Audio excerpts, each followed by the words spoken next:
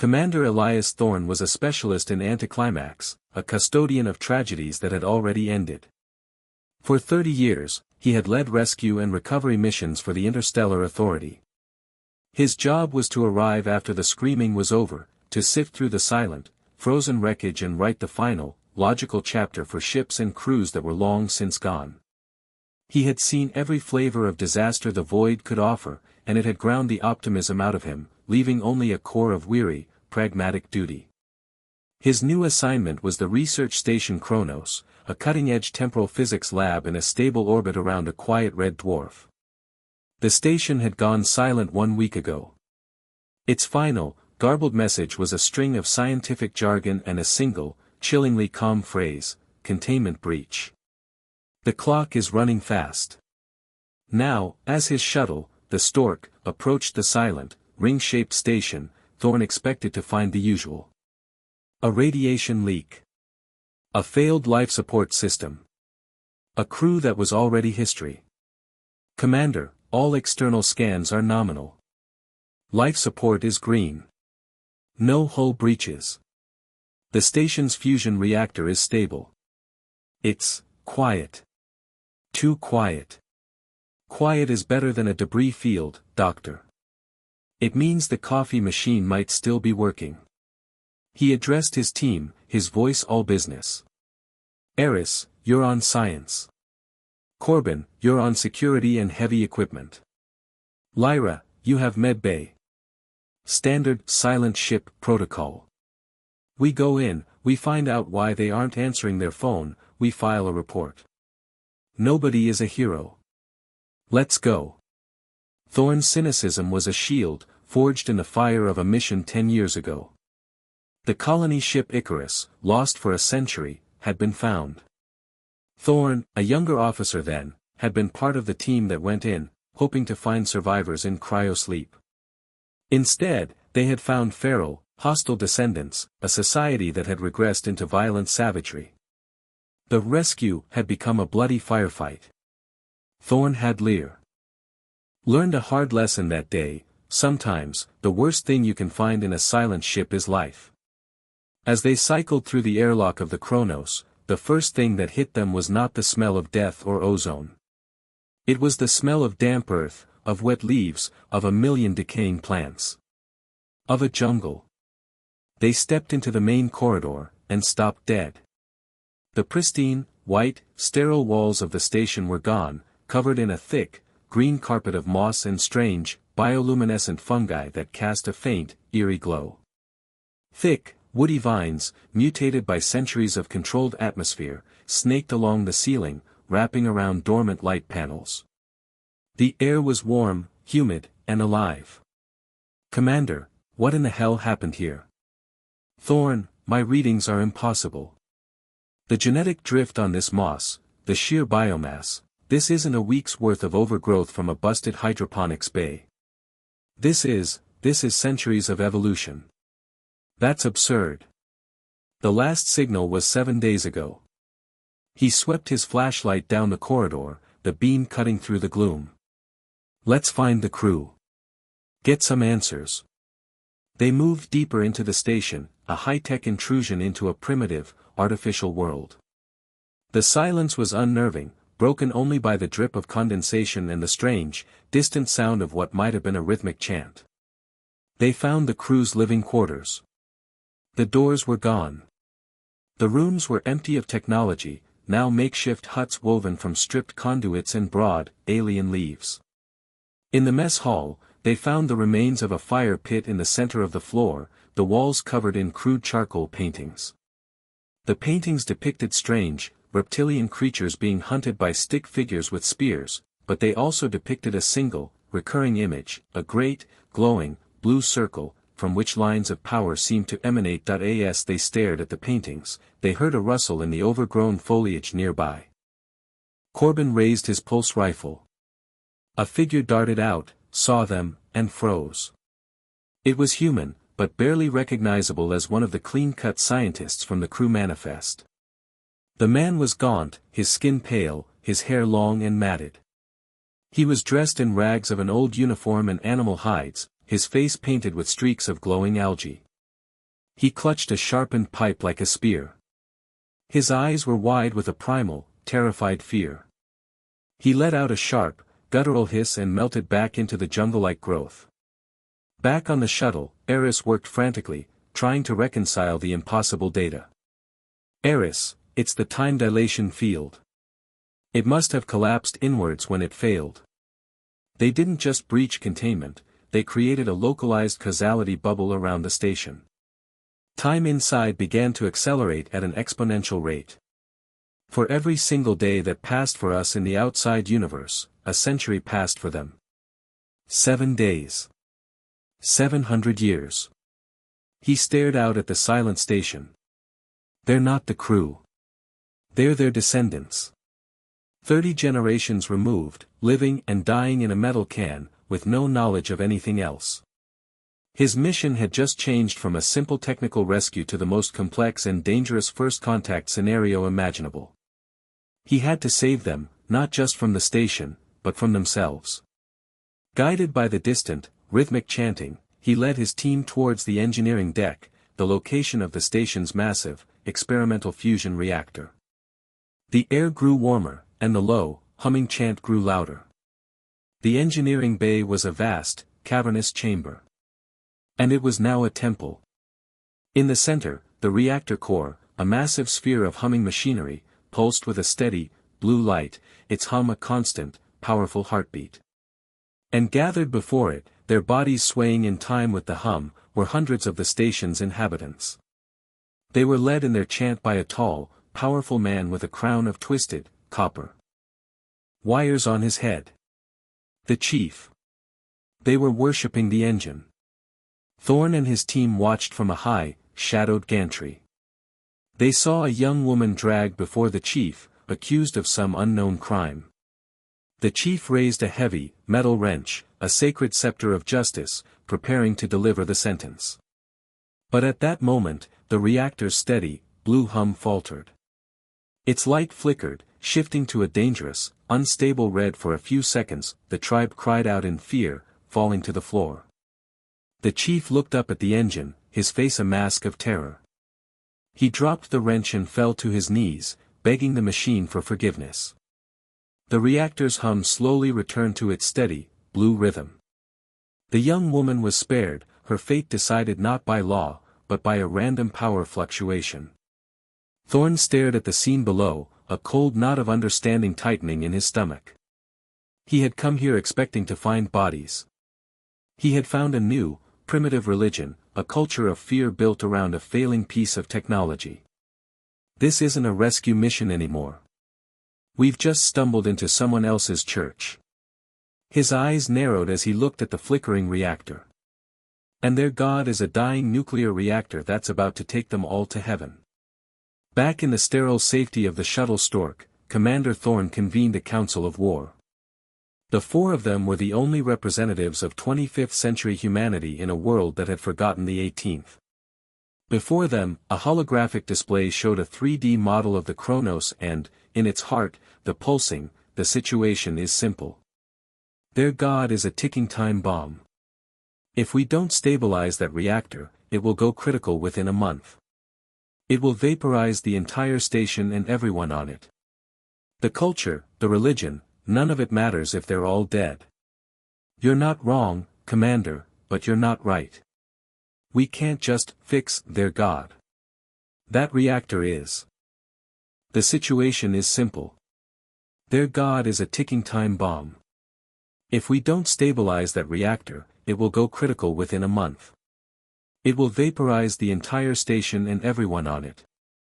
The culture, the religion, none of it matters if they're all dead. You're not wrong, Commander, but you're not right. We can't just fix their god. That reactor is the center of their universe. Their laws, their calendar, their entire social structure revolves around its moods. If we march in there and shut it down, we will shatter their reality. The psychological shock would be catastrophic. This is a first contact situation of unprecedented delicacy. They're not just a tribe, Commander. They're the descendants of our own people. Dr. Helen Vares, the station's original director, her great-great-great-granddaughter might be down there. We have a duty of care that goes beyond just preventing an explosion. And what happens when they see us as a threat? The chief looked ready to kill that woman. What will he do to us if he thinks we're demons? We need a tactical plan. Thorne listened, weighing the arguments. His own past, the bloody memory of the Icarus mission, screamed at him to take a cold, detached, surgical approach. But Lyra's words about duty, and Eris's warning about shattering their reality, struck a chord. He made a decision. All right. We split up. A two-pronged approach. Corbin, Eris, you are Team Alpha. Your mission is to find a way to access the reactor's control systems remotely. Find a secondary maintenance conduit, a diagnostic terminal, anything. Stabilize the core without them ever knowing you were there. Lyra, you're with me. We're Team Beta. We're going to try and make a friend. For the next 2 days, Corbin and Eris navigated the guts of the ancient station. They found a secondary engineering hub 3 decks below the main temple. But what they found was a graveyard of technology. 700 years of decay had taken their toll. It's no good, Thorne. The remote conduits are corroded beyond repair. The diagnostic terminals are dead. We can't even get a signal through to the core systems. He paused, a grim finality in his voice. There's only one way to prevent a meltdown. It requires a manual override of the primary coolant system and a full diagnostic reboot. Both can only be done from the main control console, which is sitting right at the foot of their altar. Meanwhile, Thorne and Lyra had been tracking a small hunting party, a group of 5 led by a young woman with sharp, intelligent eyes. It was the same woman who had been spared by the chief in the temple. Thorne had learned her name from a stray bioscan, Elara. They staged their encounter carefully. As the hunting party struggled to make a fire with primitive friction sticks, Thorne, hidden on a ridge, used a focused laser to ignite a small pile of kindling from a distance. The hunters stared in awe at the miraculous flame. Then, Lyra made her approach. One of the hunters had a deep, festering gash on his arm.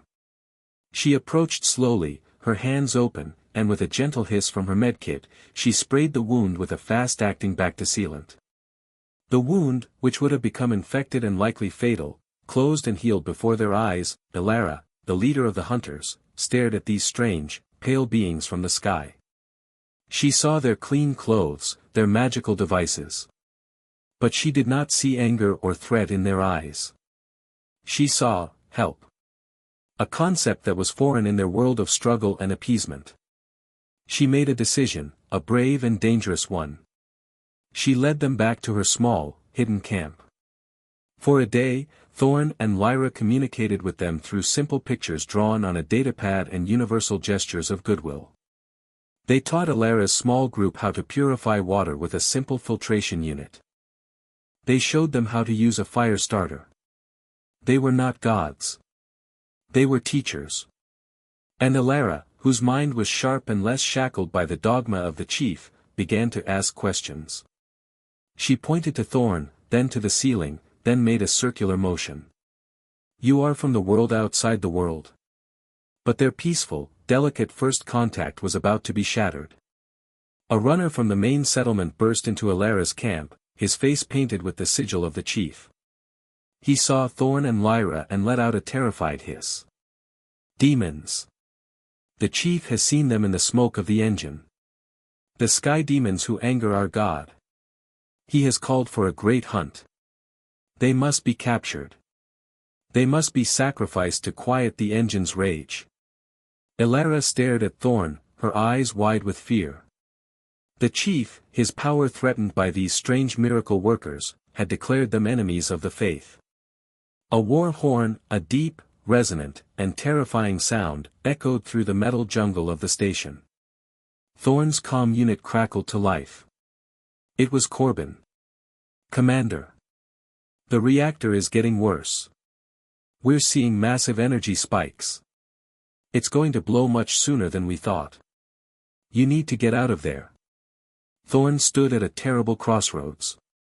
His peaceful attempt at first contact had just started a holy war.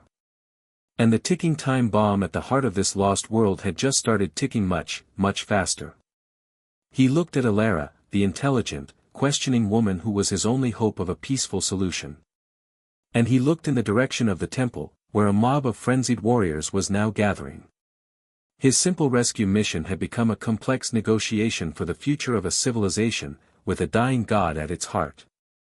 The war horn of the chief echoed through the metal jungle, a declaration of holy war against the sky demons. Thorne and Lyra stood with Alara and her small hunting party, the sound a promise of coming violence. In the same moment, Thorne's calm crackled to life, the voice of Dr. Eris a sharp burst of panic. "Commander! The reactor is cascading. The magnetic containment is fluctuating wildly. It's not a matter of months anymore, we're talking days, maybe hours, before it breaches. We have to get to that console now." They were trapped between a nuclear meltdown and a mob of religious fanatics. Thorne looked at Alara, whose face was a mask of fear, but whose eyes held a spark of fierce intelligence. He had one chance, one fragile bridge to this lost world, and it was her. He brought up his datapad, showing her a simplified, terrifying animation of a fusion reactor reaching critical mass, followed by an image of the entire ring station being vaporized. "Alara, look. That is the engine god. It is a machine. And it is broken.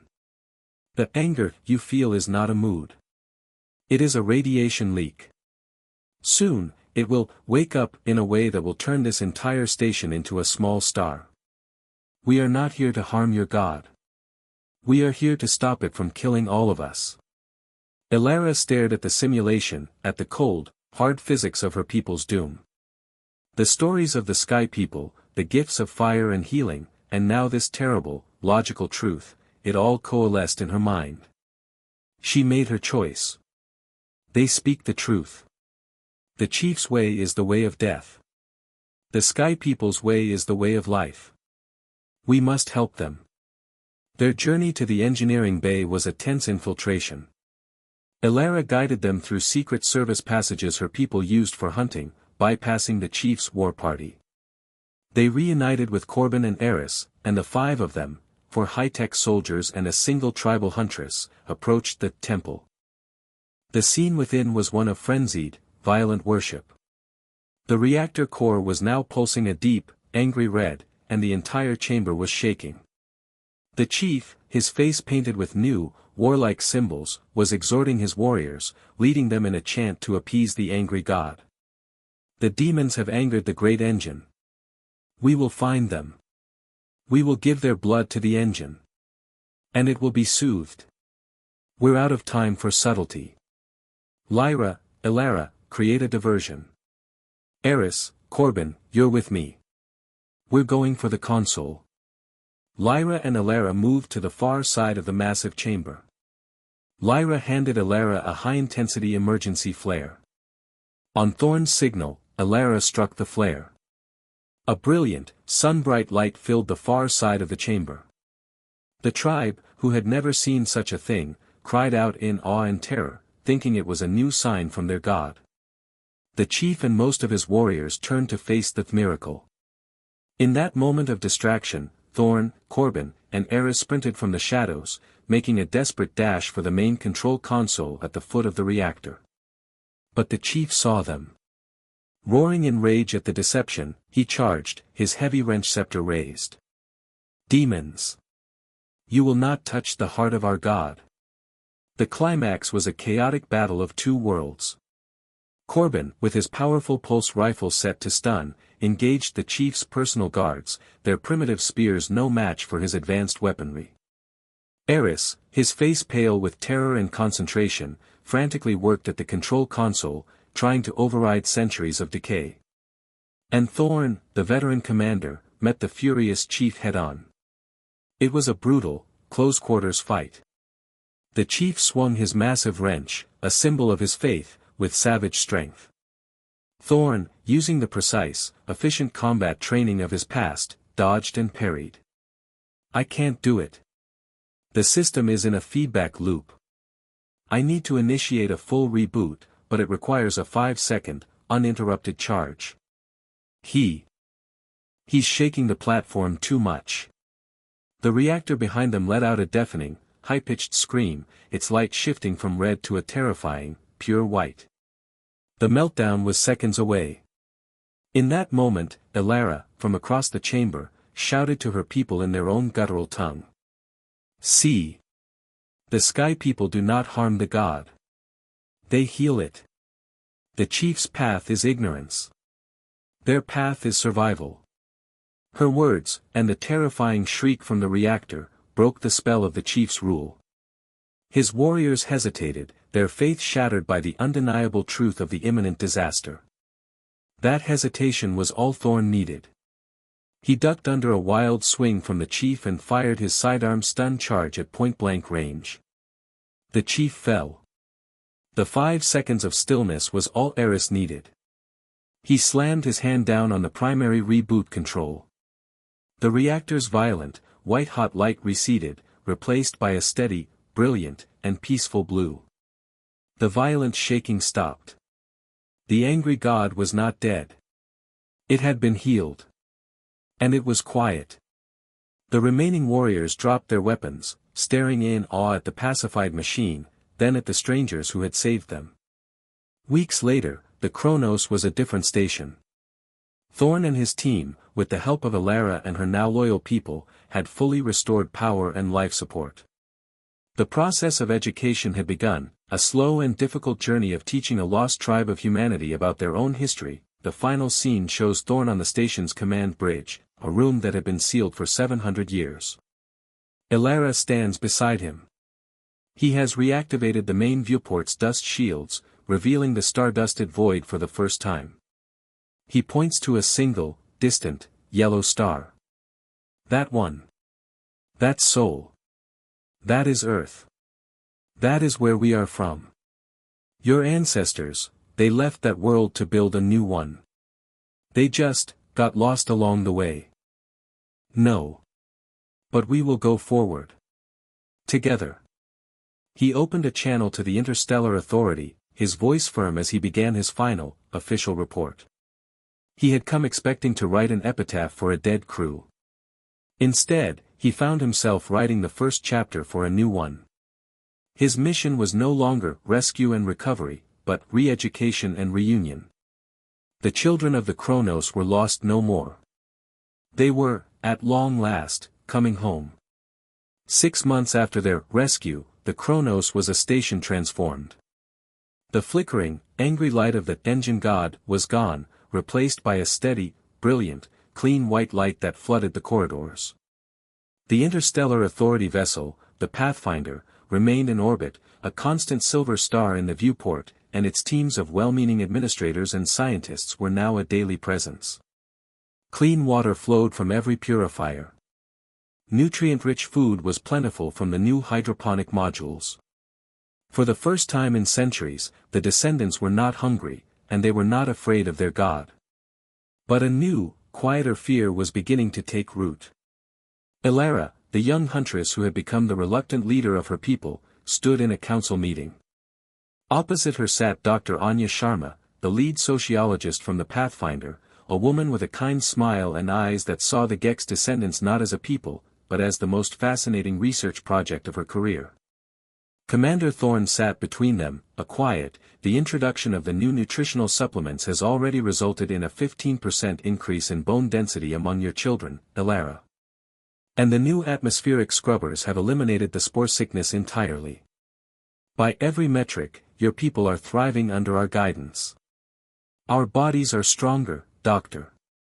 But our spirit, it is quiet. The storytellers sit alone, because the children now have data pads with 1 million other stories. The hunters share their catch, but your quartermasters call it inefficient asset distribution and try to assign it a credit value. She has a point, Doctor. You can't fix a culture with a spreadsheet. Of course not, Commander.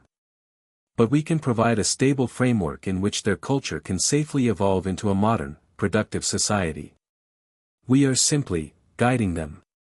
But the guidance was beginning to feel like an erosion. The new generation, the children born after the healing of the engine, were fascinated by the Union's technology. They quickly learned the language, they adopted the new clothes, they listened to the off-world music. And they began to forget the old ways. They began to look at the stories of their ancestors, of the 700 years of survival in the dark, not with reverence, but with a faint, embarrassed pity. They were a people caught between two worlds, and they were beginning to lose their own. The conflict came to a head over the matter of the Great Hunt. It was the tribe's most sacred tradition, a ritualistic culling of the mutated, bioluminescent creatures that lived in the station's dark, overgrown sectors. It was a rite of passage for their young warriors. The authority, however, saw it differently. It is an unnecessary risk. The creatures are a unique bioresource, and your hunting methods are primitive. The Union can provide your people with all the protein they need. The Great Hunt is hereby designated a hazardous and culturally regressive practice. It is forbidden. An old warrior, a man whose face was a mask of ritual scars, stood and let out a furious, guttural hiss. You take away our stories, and now you take away our strength. What will we be, then? Soft-handed pets in your clean, white cage. He stormed out of the council room, followed by a dozen other traditionalists. Elara saw the fracture line, the deep, widening crack that was splitting her people. Later that day, Thorne found her in an old observation dome, staring out at the distant, yellow star that was Earth's sun. She doesn't understand, does she? The doctor. She thinks she's helping. She is. She's curing our diseases, feeding our hungry. She is giving us a better life. But I am not sure it will still be our life when she is done. I saw this happen once before, on a colony called Cygnus X-1. A first contact with a lost human tribe. We gave them everything. Advanced medicine, technology, history. We cured them of their culture. Within 2 generations, they were gone. Not dead. Just, absorbed. Their language, their stories, their gods, all just footnotes in a sociology report. He sighed, the sound of a man weary of history's mistakes. Be careful, Elara. The most dangerous conquerors are the ones who believe they are saving you. His warning proved prophetic. The next week, after a small group of young warriors defied the ban and went on a ritual hunt, Dr. Sharma called an emergency session. Her face was no longer kind and patient. It was set with the grim resolve of a doctor about to perform a painful but necessary surgery.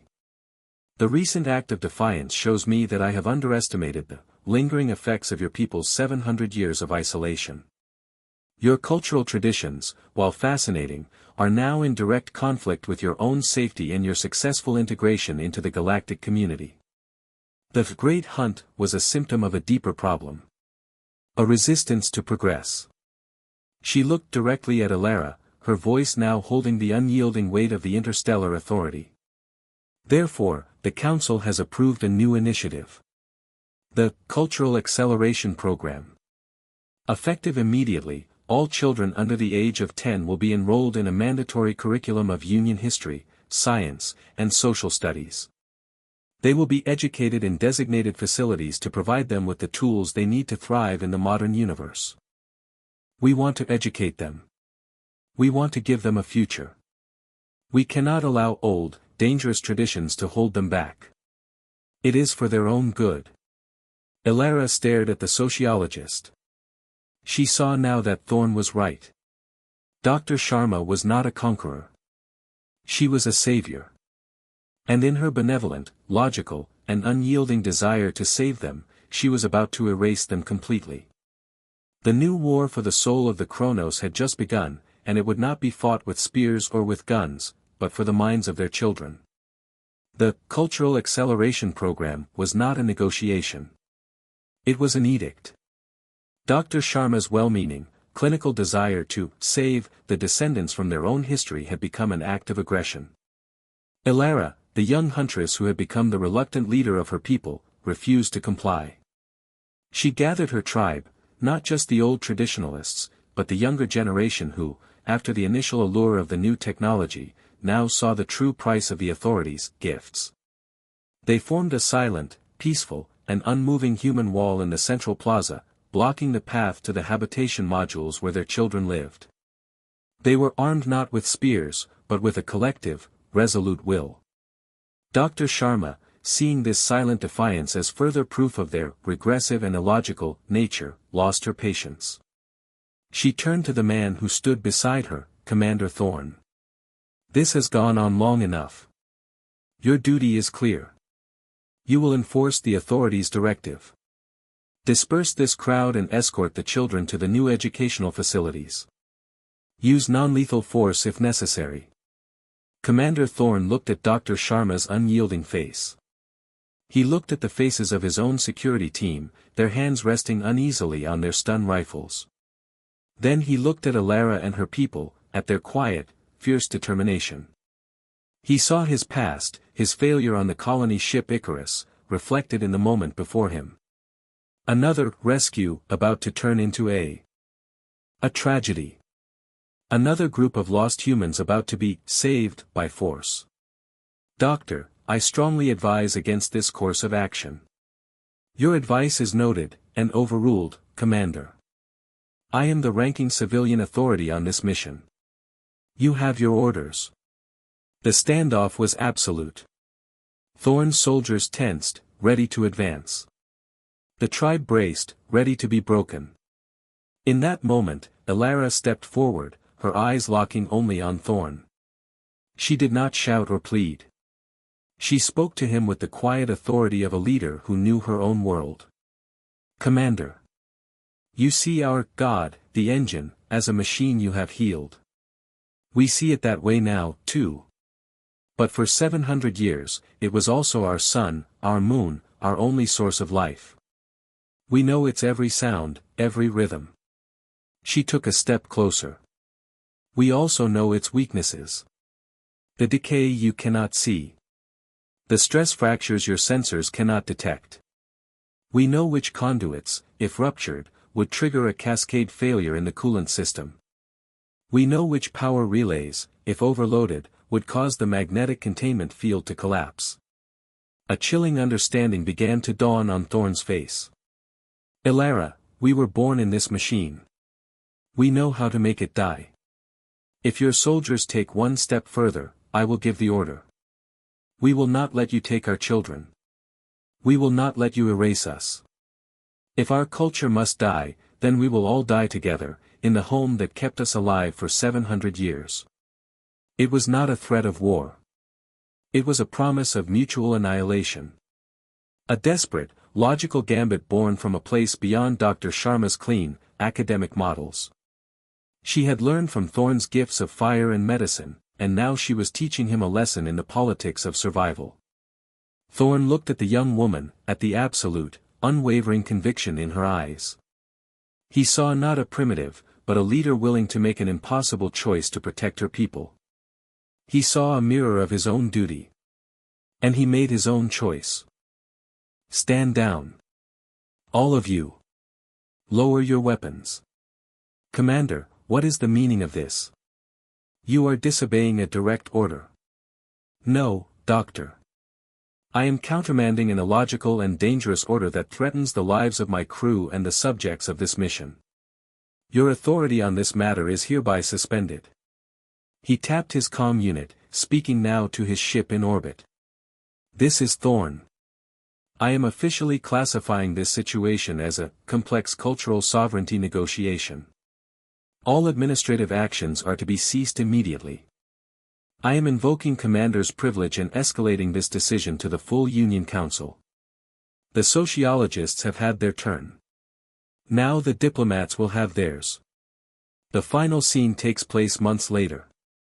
The Interstellar Authority vessel Pathfinder remains in orbit, but its role has changed from administrator to observer. A new, long, and difficult process of negotiation and slow, respectful cultural exchange has begun. Commander Thorne stands with Alara in the vast, quiet temple of the now stable engine room. They are looking at the crude charcoal paintings on the wall, the history of her people's long night. Your union will teach us about the stars. And we will teach them what it means to live in the dark. To find light in a single, humming machine. He opened his private log to make his final report. He had come here to rescue a lost crew, to close a chapter on a 700-year-old tragedy. Instead, he found himself at the beginning of a new story. He had learned that true rescue wasn't about forcing people to become like you. It was about giving them the safety and the freedom to choose who they would become. As he began to speak, he knew that the children of the Chronos, with their unique, resilient, and hard-won culture, would not just be rejoining humanity. They would be teaching it what it had forgotten.